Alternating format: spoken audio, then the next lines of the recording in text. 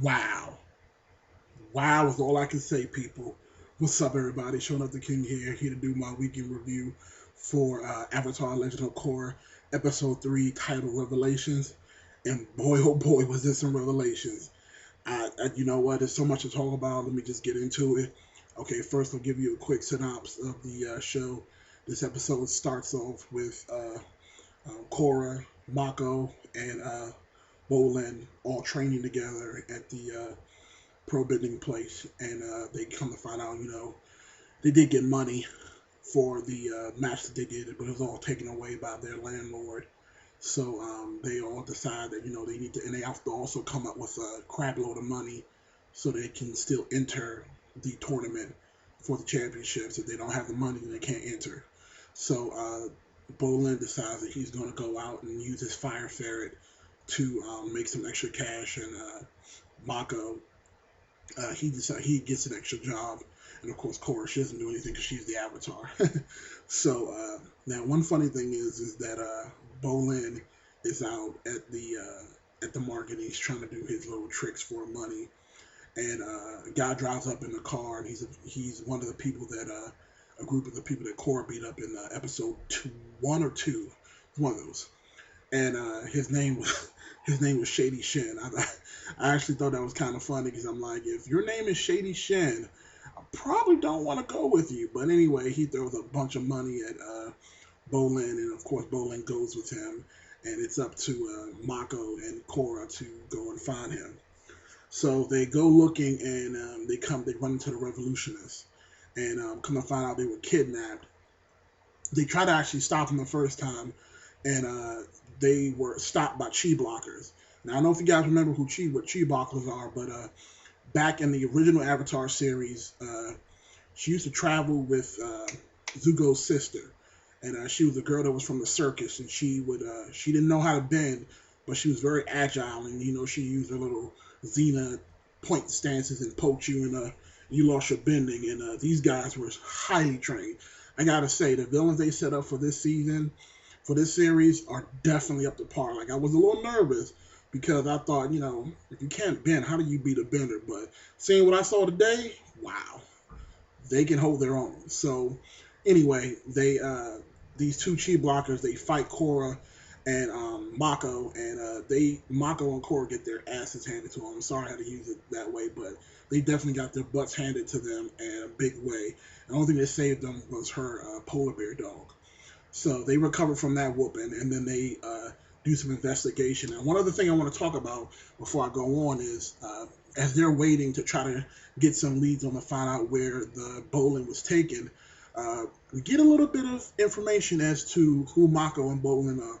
Now, I know there's a lot of speculation out there already about who the parents are. So, they talk about the parents, and Mako specifically says to Korra when they're talking that his parents died at the age of 8 when they were cut down by a firebender, which is very interesting. I want you guys to know that because, again, there is some speculation out there that their parents might be Sokka and Suki's is going to be their parents. Now, that's one of the rumors that I've heard. There are probably a lot more out there. Maybe we can discuss it. Definitely give me your ideas on who you think it is. But again, that's definitely some information we want to take away, that his parents were killed at the age of 8. And so, we want to probably get some more revelations on that. But don't think that was the only revelation that was revealed. Later on, when they infiltrate the meeting for the New Age, the guys, the non-benders, come to find out their leader, he has the ability to stop bending permanently. Yeah, that's right, permanently. And apparently he got this ability. I don't know how. They don't ever talk about how he specifically got this ability. What I do know is that the only other person that could do that was Aang, and the only person I remember him doing that to was the Fire Lord when he took his bending away. So yeah, again, this guy, the leader of the revolutionaries, he's going to be a tough cookie. And again, one other thing that I noticed, what happened was when he gave the leader of the Triple Threats a chance to fight him and keep his bending, and the leader, he was throwing fire at him and throwing lightning, and this guy couldn't do anything.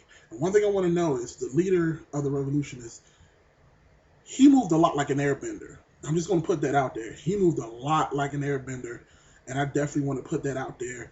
And spoiler alert, well, not actually a spoiler, because again, I'm kind of, again, this might be crazy, but you know, there ain't no other ideas out there. Now I'm thinking that the leader could possibly be one of Aang's sons, because we do know that Aang had 3 kids, and one of them is training Korra. There was a girl and there's another boy. Now it could be him, which would explain the airbending movements when he's dodging all the attacks. And again, this is just a crazy speculation that I just came up with off the top of my head.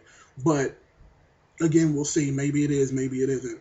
But for all I know is somebody had to have taught him the ability to take away bending. And if the only person knew was Aang, Aang could have easily taught somebody that other technique. Maybe it was the only avatar, but who knows? So, again, just some crazy situations happening. Fantastic episode. Oh, I'm sorry, I'm jumping ahead. Basically, they do end up saving Bolin.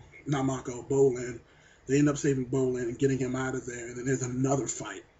I mean, there's another fight. And this guy, as they're trying to get away, he has like these two like lightning sticks. Like he has his backpack on. He has these two like batons, and they like have lightning in them. And literally, Mako and Bolin, he was giving them the business too. Like these non-benders can fight. Like don't get it twisted. Just because you can fire bend, earth bend, or water bend means nothing to them, because they can still take you. Luckily, Korra snuck up on them and put them away, and they were able to escape. But if not for that, who knows? But anyway, fantastic episode. I'm going to give it a 4.5 out of 5. I mean, it was almost flawless, but I'm really, really loving this series, and I'm looking forward to watching it next week. I'm excited. I don't know about you guys, but I'm really excited. Let me know what you think in the comments below.